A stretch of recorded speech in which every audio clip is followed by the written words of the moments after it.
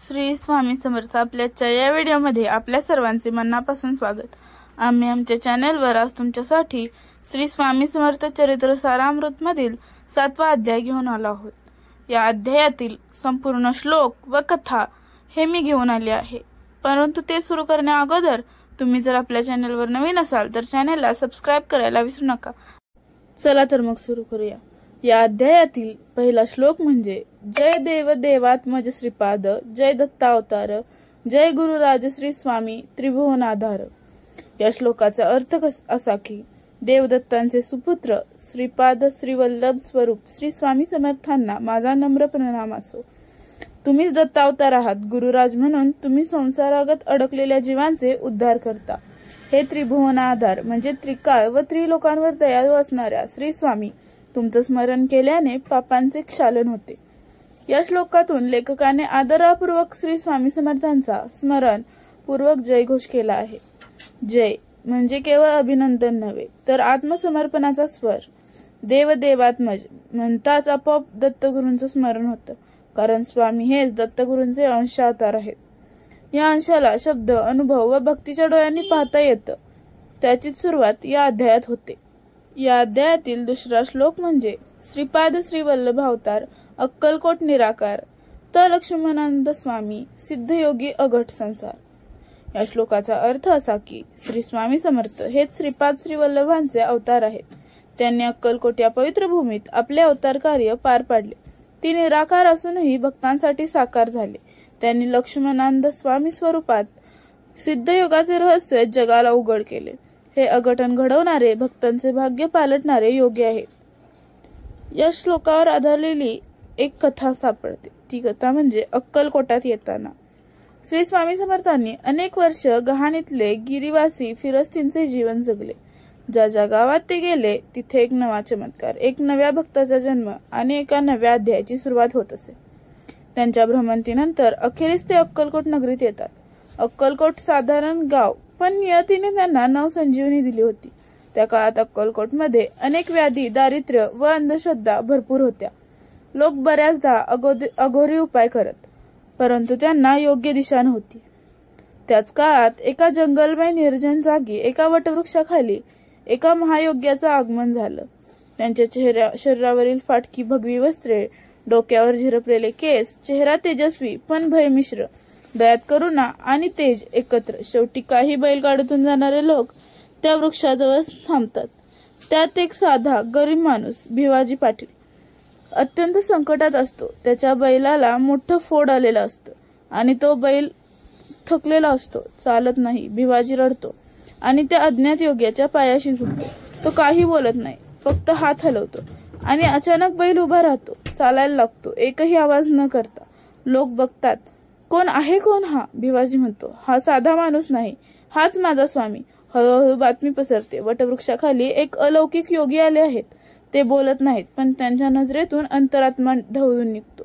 ते कोण आहेत, कुठून आले हे कोणालाही माहीत नाही, पण त्यांच्या आसपास बसलं की मन शांत होतं, चिंता विरतात, रोग निघून जातात आणि अदृश्य जीवनशक्ती मिळते.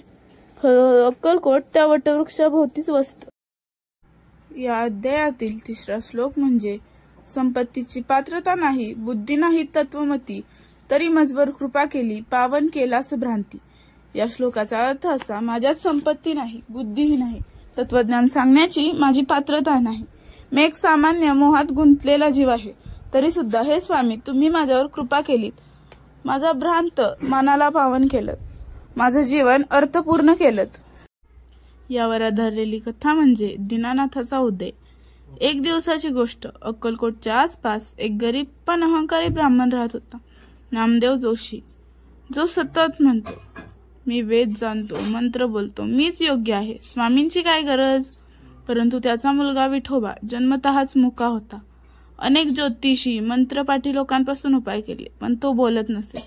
एक दिवस त्याच्या पत्नीने पोट तिडकीने प्रार्थना केली, स्वामींच्या पायाशी घाल त्याला, नाहीतर मला आयुष्यच नको. अखेरीस नामदेवाने मुलाला घेऊन वटवृक्षाखाली नेलं. स्वामी त्यावेळी डोळे मिटून बसले होते. त्याने मुलाला त्यांच्या पायाशी ठेवलं. स्वामींनी डोळे उघडले, फक्त एवढं म्हणाले, विठोबा जय बोल. आणि चमत्कार, विठोबा पहिल्यांदाच बोलला, जय स्वामी समर्थ. नामदेव जोशीचा अहंकार चिरडला गेला, डोळ्यातून अश्रू आले. तो ओक्साबोक्शी रडत म्हणाला, हे दीनानाथा, मी तुमचं नाकारलं, पण तुम्ही मला स्वीकारलं. तिथून पुढे तो नम्र भक्त झाला. त्याच्या जीवनात शांती, आनंद आणि ज्ञानाची अनुभूती झाली. त्याच्या मनातील भ्रांत दूर झाला. या अध्यायातील 4था श्लोक म्हणजे, हे साकार दत्तगुरु तारक तू समर्थ, देवा कृपेचा सागर भक्त हिताय अर्थ. या श्लोकाचा अर्थ असा की, हे साकार रूप धारण केलेल्या गुरुदत्ता, तुम्हीच समर्थ आहात. तारक म्हणजे संसारातून तारणारेही तुम्हीच आहात. कृपेचा तुम्ही महासागर आहात. भक्तांच्या जीवनाला अर्थ देणारे, मार्ग दाखवणारे तुम्हीच आहात. या श्लोकावर आधारलेली एक कथा म्हणजे तारक झालेले स्वामी. अक्कलकोटमध्ये एक वेळ अशी आली की एक युवक गोविंद नाईक आयुष्यात अपयश, प्रेमभंग आणि आर्थिक कर्जामुळे आत्महत्या करायला निघाला. तो नदी किनाऱ्याजवळ गेला. पाण्यात उडी मारण्याआधी त्याने डोळे बंद केले आणि अखेरच्या वेळेस म्हटलं, दत्तगुरु, जर तू आहेस तर मला थांबव. त्या क्षणी त्याच्या मागे एक आवाज आला, तुझं आयुष्य तुला दिलेलं आहे, ते फेकण्याचा अधिकार तुला नाही. गोविंदाने मागे वळून पाहिलं. स्वामी समर्थ उभे होते. ते म्हणाले, तू नाशासाठी जन्मला नाहीस. तुझ्या दुःखाच्या मागेही कृपा लपलेली आहे. वाट बघ, जीवन सुंदर होईल. स्वामींनी त्याला पाणी दिलं, आश्वासक दृष्टीने पाहिलं. त्यानंतर काही दिवसात त्याला नोकरी मिळाली, योग्य पत्नी मिळाली आणि तो अक्कलकोटात सेवक बनून गेला. तोच गोविंद नंतर गोविंद महाराज म्हणून प्रसिद्ध झाला आणि अक्कलकोटात सेवाभावाचा दीप तेवत ठेवणाऱ्या प्रमुख शिष्यांपैकी एक झाला. याच अध्यायातील 5वा श्लोक म्हणजे, जय लक्ष्मीच्या ठाई सत्संगतीच्या मार्गी भक्तांचे स्वामी परसिंधानंदी. तुमच्याकडे लक्ष्मी म्हणजे दैवी कृपा, संपत्ती, सौंदर्य यांचं ठिकाण आहे. तुम्हीच सदोन्नतीचा मार्ग दाखवणारे आहात. भक्तांसाठी तुम्ही केवळ गुरु नाहीत तर जीवनाचा आधार आहात. तुम्ही परमानंदाचा अधांग सिंधू आहात. एकदा जो न्हालं त्याचं जीवन नसणं होतं. याच श्लोकावरील कथा म्हणजे, संपत्ती नव्हे कृपा हवी. एका श्रीमंत सावकाराने स्वामींना 100 सोन्याच्या मोहरा अर्पण केल्या. म्हणाला, हे घ्या, माझी लक्ष्मी वाढू द्या. स्वामींनी त्याच्याकडे पाहिलं आणि मोहऱ्या उचलून पुन्हा त्याच्या पदरात टाकल्या. स्वामी म्हणाले, लक्ष्मी देणं हे आमचं काम नाही. आम्ही तिचे मालक नाही. आम्ही त्या भक्ताला देतो ज्याचा अंतरंग पवित्र आहे. तेव्हा तिथे बसलेली एक म्हातारी, तिच्याकडे काही नव्हतं. तिने फक्त एक तांब्या पाणी दिलं. स्वामींनी ते पाणी घेतलं आणि म्हणाले, तुझं घर लक्ष्मीने भरून जाईल. तुझं जीवन आनंदाने न्हालं जाईल. आणि खरंच त्या म्हातारीच्या घरात 3 काळ संतांची वर्दळ वाढली. तिच्या मुलाला नोकरी, सुनाला गर्भसंतान आणि तिलाही दीर्घायुष्य लाभलं. सावकार पाहतच राहिला. संपत्ती असूनही कृपा त्याला मिळाली नाही. या अध्यायातील 6वा श्लोक म्हणजे, अक्कलकोट निवास सदाशिवरूप अघटन घट साक्षात समर्थ तू आप. या श्लोकाचा अर्थ असा की, तू अक्कलकोटात वास करणारा साक्षात शिवरूप आहेस.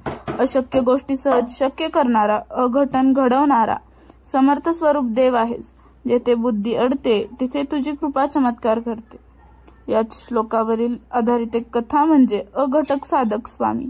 सोलापूरच्या बाजूला एक साधू माणिक महाराज खूप वर्ष तपश्चर्या करूनही समाधी अवस्था गाठू शकत नव्हते. त्यांना कोणीतरी सांगितलं, तुमचं मागचं कर्म आणि अहंकार आड येतो. अक्कलकोटला स्वामींच्या चरणी जा. ते चालत आले. अक्कलकोटच्या वटवृक्षाजवळ बसले. स्वामींच्या दृष्टीत पाहिलं आणि म्हणाले, स्वामी म्हणाले, तपाने नाही, अहंकार हरवल्यावर आत्मा जागतो. माणिक महाराज ओशाळले. ते म्हणाले, मी तरी काय करू, तुम्हीच दाखवा मार्ग. स्वामी हसले. फक्त त्यांच्या चरणावर माणिक महाराजांनी डोके टेकवले आणि त्या क्षणी समाधीसम अनुभव आला. शरीर विरघळून टाकणारी ऊर्जा, डोळ्यांमध्ये शांत अश्रू आणि मन पूर्णपणे समर्पित. माणिक महाराज ओरडले, हे समर्थ, हे अघटन घटक साधना, मी या क्षणाला जन्मलो. ते पुढे स्वामींचे महान प्रचारक झाले. यातीलच 7वा श्लोक म्हणजे, भ्रांत जीव उद्धारिसी नाथ तू करुणामयी, भक्तांसी धरसी सदा कृपा छाया जगद्व्यापी. या श्लोकाचा अर्थ असा, हे नाथा, तू भ्रांत अडथळ्यात अडकलेल्या जीवाला उद्धारतोस. तू करुणेचा सागर आहेस. भक्तांच्या डोक्यावर सदैव तुझी कृपा छाया असते. ती कृपा फक्त एका माणसापुरती मर्यादित नाही, ती अखिल जगात व्यापून आहे. यावरच आधारलेली कथा म्हणजे, भ्रांत वैद्याचं जीवन पालट. एकदा मुंबईहून आलेले एक पाश्चिमात्य शिक्षण घेतलेले डॉक्टर शंकरराव देशपांडे स्वामी समर्थांच्या चमत्कारांवर विश्वास ठेवत नसत. ते म्हणत, हे सगळं मानसिक आहे, विज्ञानाने सिद्ध होऊ शकत नाही, ते खोटं आहे. पण त्यांची बहीण सुनंदा दुर्धर मानसिक विकाराने त्रस्त होती. सर्व उपचार निष्फळ झाले. मग लोकांच्या आग्रहानेच डॉक्टर बहिणीसह स्वामींकडे आले. स्वामी काहीच बोलले नाहीत. त्यांनी फक्त सुनंदाला एक पाण्याचा घोट दिला आणि डॉक्टरांकडे पाहून म्हणाले, विज्ञान हे दृश्य जगासाठी आहे, पण मी जे करतो ते दृष्टी पलीकडचं आहे. त्या रात्री सुनंदा शांत झोपली. दुसऱ्या दिवशी पूर्ण शुद्ध झाली. तिचं बोलणं, वागणं, स्मृती सर्व काही पूर्ववत झालं. डॉक्टरांच्या डोळ्यात अश्रू आले. ते पायात लोळण घेत म्हणाले, हे प्रभो, मी भ्रांत होतो, माझा अहंकार टाकतो, आता मला खरा विज्ञान तुझ्यात दिसतो. ते पुढे अक्कलकोट मेडिकल सेवा संस्थेचे संस्थापक झाले. गरीब रुग्णांसाठी स्वामींच्या नावाने हॉस्पिटल चालव. रात्रंदिन तव स्मरण, आठवती तव रूप, स्वामी तुम्हीच आधार, वाचा माझा स्वरूप. या श्लोकाचा अर्थ असा की रात्रंदिन तुझं स्मरण, तुझं रूप, तुझं तेज यांचीच आठवण मनात असते. माझ्या वाणीला जर काही स्वरूप देत असेल तर ती तुझ्या नावाची महती सांगण्यासाठीच आहे. हे स्वामी, तुम्हीच माझा आधार आहात. या श्लोकावर आधारित कथा म्हणजे नामस्मरणातून घडलेला उद्धार. एका गरीब ब्राह्मण विधवा गंगाबाई सासरकडून हकलून दिली गेली. तिला कुठेच आधार नव्हता. ती अक्कलकोटात आली. स्वामींच्या दर्शनास यायला लागली. तिच्याकडे काही नव्हतं, पण ती रोज एका कोपऱ्यात बसून फक्त स्वामी समर्थ, स्वामी समर्थ म्हणायची. एकदा स्वामी तिच्याकडे थांबले. म्हणाले, तुझ्या नामस्मरणाने मला इथं खेचलं गेलं. गंगाबाई चकित म्हणाली, माझ्याकडे काही देण्यासाठी नाही स्वामी. ते म्हणाले, तुझं स्मरण पुरेसं आहे, तेच मला मिळालं. त्या दिवसापासून तिच्या आयुष्यात अन्न, वस्त्र, निवारा आणि समाजात मान मिळू लागला. ती एक आध्यात्मिक सेविका झाली. लोक आजही अक्कलकोटात तिचं नाव घेताना स्वामींच्या कृपेनं जिचं जीवन उजळलं ती गंगाबाई असं उच्चारतात. यातीलच 9वा श्लोक म्हणजे माझे काही न साध्य तव नाम मात्रे सर्व, समर्था तुझ वंदितो मज दास्य भाव मम गर्व.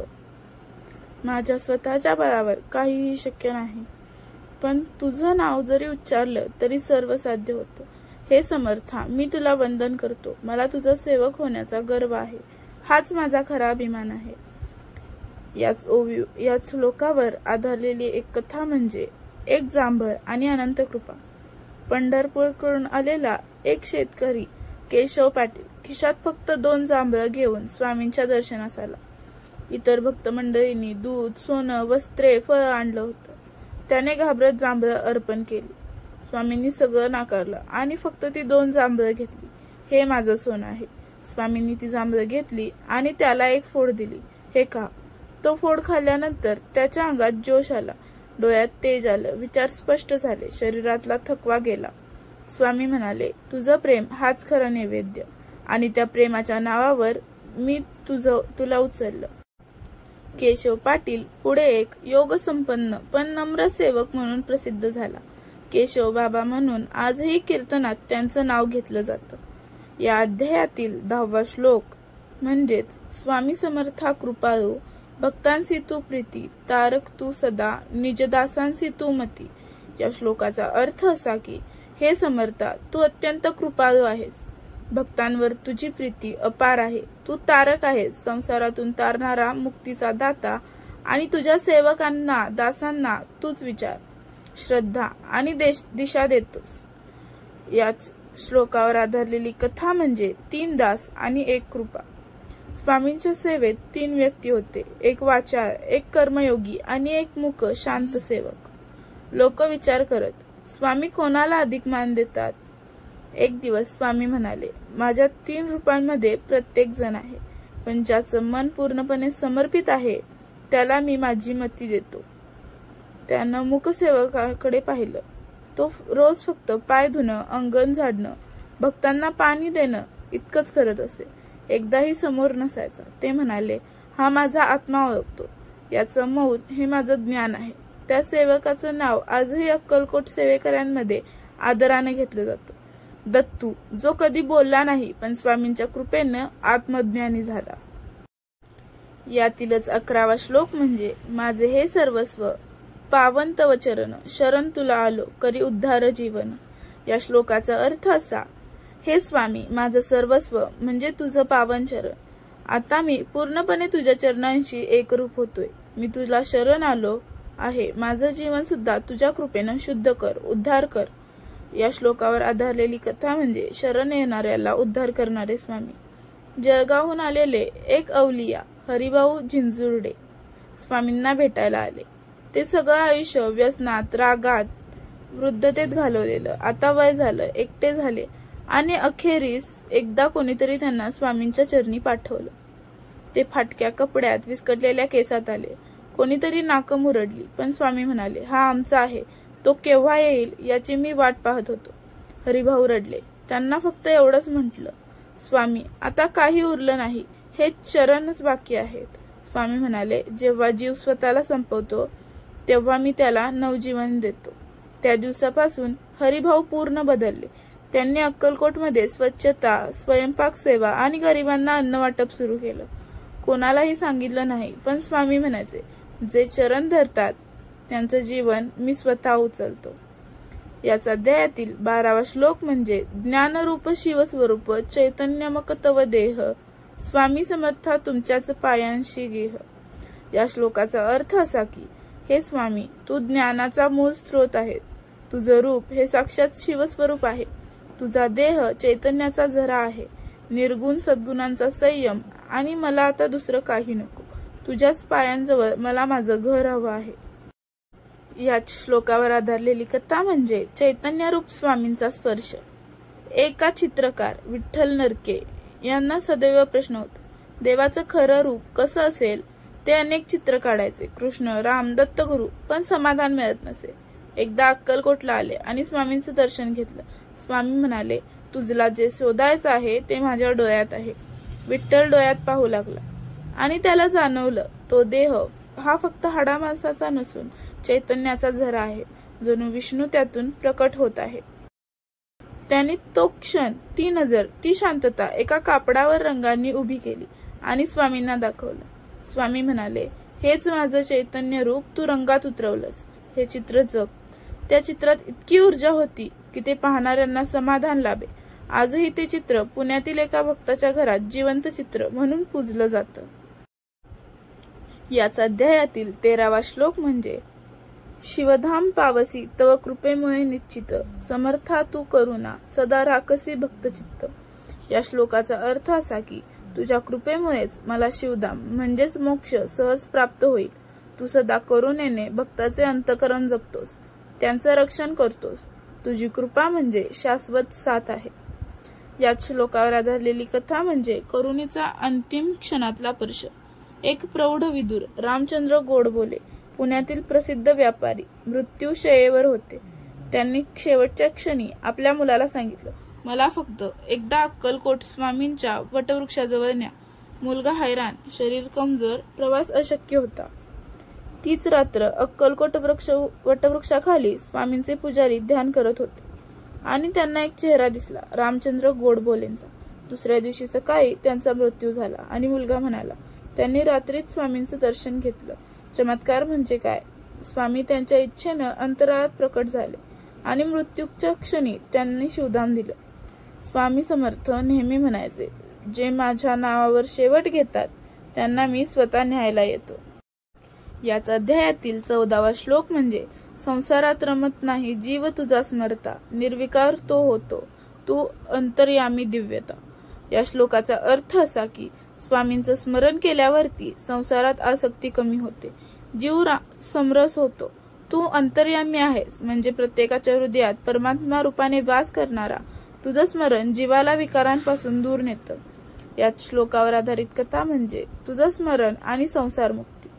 एकदा एक श्रीमंत महिला प्रभाताबाई देशमुख पुण्यातील स्वामींना भेटायला आल्या, पण त्यांच्या मनात तणाव होता। ऐकी ही जीवन, घर, संपत्ती, नोकर इत्यादींमध्ये गुंतलेली होती। स्वामी काहीच म्हणाले नाहीत, फक्त हसले आणि म्हणाले, ही ठेव, दिवसातून 10 वेळा फक्त पहा। ते एक लहानशी माळ होती, छोट्या मण्यांची। प्रभातबाईंनी ती घेतली। त्या दिवसापासून त्यांनी रोज 10 वेळा माळ पाहून स्वामी समर्थ म्हणायचं ठरवलं। एका महिन्यात त्यांच्या विचारांची दिशा बदलली, शांतता आली, आसक्ती कमी झाली, त्यांचं जगणं सोपं आणि समाधानकारक झालं. त्या म्हणायच्या, स्वामींचं स्मरण हेच माझं ध्यान, माझी शक्ती आणि माझी मुक्ती आहे. याच अध्यायातील 15वा श्लोक म्हणजे हेची मागणे मज पावन तव नाम, माझ्या जिवेवरू नित्य घडो तव गुणगान. या श्लोकाचा अर्थ असा की माझं मागणं एकच आहे, तुझं पवित्र नाम सतत माझ्या ओठांवर असावं, माझ्या जिभेवर नित्य तुझं गुणगान घडत जावं. हा नामस्मरणाचा रस्ता मला सदैव संतुष्टी, शक्ती आणि मोक्ष देव. या श्लोकावर आधारलेली कथा म्हणजे तुझं नावच माझं सर्वस्व. सोलापुरातील एक वृद्ध कीर्तनकार नामदेव महाराज दररोज अक्कलकोटात येऊन वटवृक्षाखाली बसायचे. त्यांच्या आयुष्यात अनेक अपयश, दुःख, गमावलेली माणसं होती, पण ते फक्त एकच म्हणायचे, स्वामी समर्थ आणि स्वामी समर्थच. लोक विचारायचे, काही मागत नाहीस का? ते म्हणायचे, मला फक्त तुझं नाव हवं, बाकी स्वामींची जबाबदारी. ते शेवटी अंध झाले, पण नाव घेत राहिले. शेवटी स्वामींच्या नावातच एक दिवस शांतपणे देह ठेवला. त्यानंतर लोकांनी त्यांच्या समाधीजवळून गेल्यावर एक सुंदर, सुगंध आणि गोड ध्वनी ऐकू यायचा, स्वामी समर्थ. याच अध्यायातील 16वा श्लोक म्हणजे तव नाम घेता पावन होई अंतकरण, हृदयात साकारसी हेची परम कारण. या श्लोकाचा अर्थ असा की स्वामी तुझं नाव घेतलं की माझं अंतकरण शुद्ध होऊन जातं, माझ्या हृदयात तू साकार होतोस आणि हाच माझ्या जीवनाचा परम उद्देश आणि कारण बनतो. तुझ्या नामातच समाधान आहे. याच श्लोकावर आधारलेली कथा म्हणजे नामस्मरणानं साकार झालेले स्वामी. पंढरपूर जवळ एक शेतकरी जनार्दन शेवाळे, अतिशय कष्टाळू पण मनानं अस्वस्थ, पत्नी वारलेली, मूलबाळ नाही, संसार शांत नव्हता. एके दिवशी गावात एक साधू आले आणि म्हणाले, स्वामी समर्थ म्हणत जा, काहीच करायचं नाही, फक्त नित्य 108 वेळा. जनार्दन हसलाच, पण शेवटी म्हणाला, दुसरं काही उरले का? आणि नाव घ्यायला लागला. सुरुवातीला काहीच घडलं नाही, पण काही आठवड्यात त्याच्या मनात शांतता यायला लागली. शेतातल्या मातीच्या ढेकळातही त्याला स्वामींचा चेहरा दिसायला लागला. एका रात्री वाऱ्याच्या गार झुळुकीत त्याच्या झोपडीमागे एक तेजस्वी माणूस उभा होता आणि म्हणाला, माझं नाव घेतलंस, मी आलो. ते स्वामी समर्थच होते. आणि त्या दिवसानंतर जनार्दनाचा आत्मा फुलून गेला. त्यानं फक्त नाम घेत जगणं स्वीकारलं. यातीलच 17वा श्लोक म्हणजे चरण तव शरण उद्धारती संसारातून, दिनांचा तू आधार, भक्तांचा तू पालन. या श्लोकाचा अर्थ असा की स्वामींचे चरण म्हणजे अंतिम आश्रय. ते चरण शरण आलेल्यांचाच संसारातून उद्धार करतात. स्वामी ही दीनदुबळ्यांचे आधार आहेत आणि भक्तांचे खरे रक्षक व पालक आहेत. या श्लोकावर आधारलेली कथा म्हणजे दिनाच्या चरणी आधार. सांगलीहून आलेली लक्ष्मीबाई विधवा होती. तिला कोणी स्वीकारत नव्हतं. समाजाने झिडकारलं, नातेवाईकांनी हकलून दिलं. शेवटी ती अक्कलकोटला आली. स्वामींच्या समोर येऊन ती फक्त एवढंच म्हणाली, स्वामी कोणीच नाही माझं. स्वामी म्हणाले, कोणी नाही, मग मी आहेच की. त्या क्षणी लक्ष्मीबाई धावत जाऊन स्वामींच्या चरणांवर पडली आणि रडू लागली. स्वामींनी तिच्या डोक्यावर हात ठेवला आणि म्हणाले, हेच तुझे घर, हेच तुझे जीवन. स्वामींनी तिला मठात राहायला जागा दिली, सेवा द्यायला सांगितली. ती स्वच्छता, वटवृक्षाजवळील फुलं, रोजचा नैवेद्य हे करत करत आयुष्य जगली. ती आजही स्वामींची बहीण लक्ष्मी म्हणून ओळखली जाते. याच अध्यायातील 18वा श्लोक म्हणजे तव गुणगान होय शांतीच कारण, संकटे हरसी तव स्मरणे जनार्दन. या श्लोकाचा अर्थ असा की स्वामींचं गुणगान म्हणजे मानसिक शांतीचा स्रोत आहे आणि तुझं स्मरण केल्यावर संकट दूर होतात. तुझं नामस्मरण हेच सर्व दुःखांपासून मुक्तीचं द्वार आहे. याच श्लोकावर आधारित कथा म्हणजे संकटातून उद्धार. एक शिक्षक गजानन सर लातूर जिल्ह्यातील अनेक संकटात सापडले. भ्रष्ट अधिकाऱ्यांनीच त्यांचं निलंबन केलं. घरी आजारी पत्नी, कर्ज बुडालेले, मन खचलेले होते. त्यांच्या पत्नीने फक्त एकच सल्ला दिला, स्वामी समर्थ म्हणत राहा. गजानन सरांनी दररोज रात्री झोपताना 108 वेळा नाम घेतलं आणि काही दिवसातच एक चमत्कार घडला. त्यांच्यावरचा आरोप फेटाळला गेला. नोकरी पुन्हा मिळाली. पत्नीचं आरोग्य सुधारलं. सर म्हणाले, स्वामींचं नाम संकटांचं समाधान आहे. नाम घेतल्यावर अडचणी राहणार नाहीत. यातीलच 19वा श्लोक म्हणजे तुझ्या स्मरणे अंतरात्मा प्रफुल्लित, जीवन होई पावन, तूच जीवाचा मित्र. या श्लोकाचा अर्थ असा की स्वामींचं स्मरण केलं की अंतकरण आनंदित होतं, जीवन पावन होतं. तूच माझ्या आत्म्याचा सखा, मित्र, बंधू, सर्वस्व आहेस. या श्लोकावर आधारलेली कथा म्हणजे जीवाचा खरा सखा माझे स्वामी. बार्शीतील एका युवकाचा संदेश कुलकर्णीचा अपघातात एक पाय गेला. मित्रांनी साथ सोडली. आयुष्य थांबल्यासारखं झालं. नैराश्य, दुःख, रडणं हेच उरलं. एका रात्री स्वामी समर्थांचा एक व्हिडिओ पाहताना तो कोसळला आणि त्या रात्री त्याला स्वप्नात स्वामी आले. ते म्हणाले, सर्व सोडून गेला पण मी आहे ना. संदेशला त्या वाक्यानं ऊर्जा दिली. त्यानं कृत्रिम पाय घेतला, जीवन पुन्हा उभं केलं. आज तो एका NGOचा संस्थापक आहे. त्याच्या संस्थेचं नाव आहे माझा सखा स्वामी समर्थ. याच अध्यायातील 20वा श्लोक म्हणजे शरण येतो मी तव पायांसी हा जीव, समर्था दे मज निरंतर तव प्रेम भाव.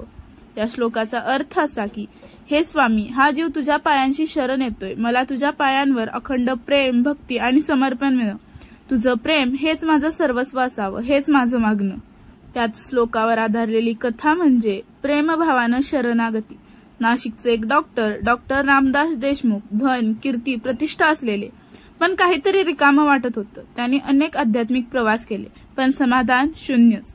शेवटी एक दिवस अक्कलकोटला आले. वटवृक्षाखाली बसले आणि मनात असं आलं, देवा तुझं प्रेम हवाय, बाकी काही नको. त्या क्षणी एका वृद्धानं त्यांच्या हातात एखादं पत्रक ठेवलं. त्यावर लिहिलेलं, प्रेम म्हणजे मी आणि मी म्हणजे तुझं प्रेम समर्थ.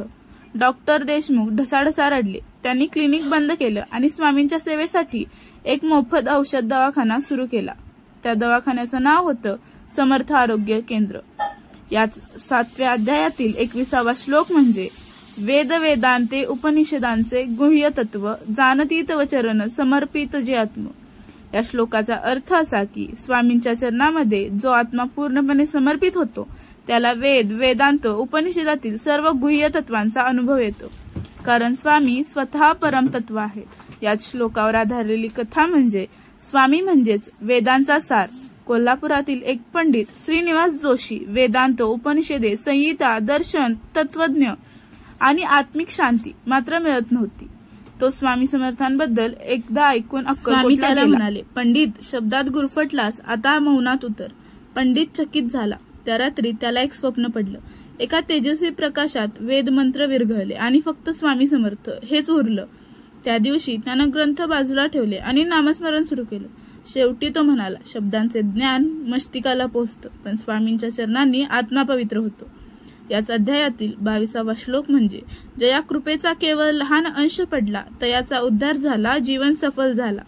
या श्लोकाचा अर्थ असा की स्वामींच्या कृपेचा अगदी छोटा अंश जरी लाभला तरी त्या व्यक्तीचं जीवन सफल होतं, त्याचा पूर्णतः उद्धार होतो.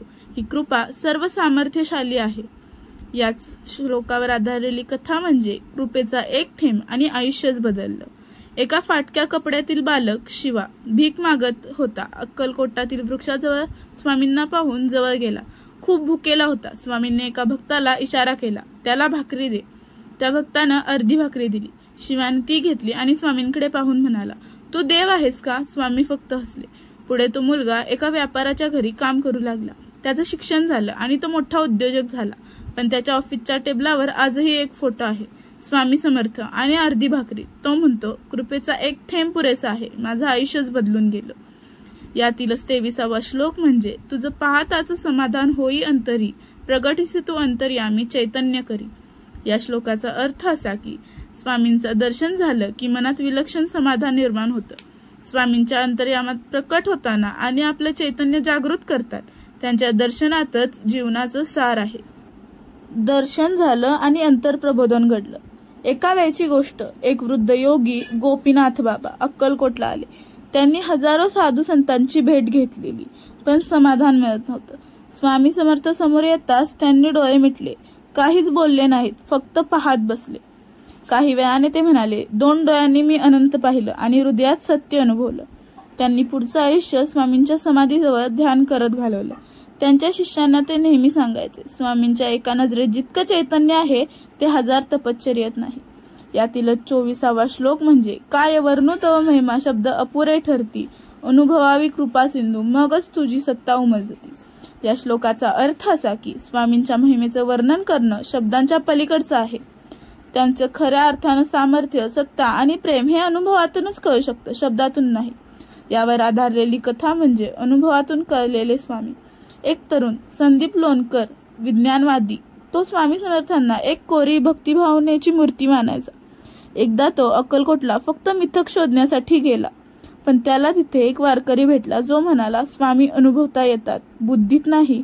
संदीप हसला, पण अक्कलकोटला राहून तो रोज स्वामींचं ध्यान करायला लागला, केवळ एक प्रयोग म्हणून. एका रात्रीत त्याच्या अंगात ताप भरला, घामाने झोपडं ओलं झालं आणि अचानक त्याला स्वप्नात एक हात डोक्यावर ठेवताना जाणवलं. तो आवाज, शंका कर पण प्रेमही कर. त्या क्षणाने त्याचं आयुष्य बदललं. तो वैज्ञानिकच राहिला पण श्रद्धावानही झाला. आज तो म्हणतो, स्वामींचा अनुभव म्हणजे भक्ती आणि विज्ञान यांची सुरेख सांगड. यातीलच 25वा श्लोक म्हणजे, नको मद राज साम्राज्य, नको संपत्ती वैभव, दे तव चरण सेवा, हेची माझं भाग्य लाभ. या श्लोकाचा अर्थ असा की, स्वामी मला धन, वैभव, राज्य किंवा सांसारिक सुख हवं नाही. मला फक्त तुमच्या चरणांची सेवा मिळो, हेच माझं खऱ्या अर्थाने भाग्य आणि आनंद आहे. यावरील आधारित विस्तारित कथा म्हणजे, संपत्ती नको, सेवा हवी. एक धनाढ्य व्यापारी हरिकाका भोसले अक्कलकोटला आले. त्यांनी स्वामींना सोन्याची मुठभर मुद्रांवरील दक्षिणा दिली. स्वामी हसून म्हणाले, हे सोनं घेऊन पण सेवा नको म्हणतोस?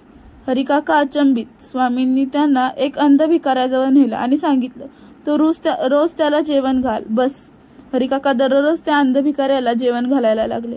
काही महिन्यांनी तो अंध व्यक्ती नाहीसा झाला आणि स्वप्नात स्वामी आले.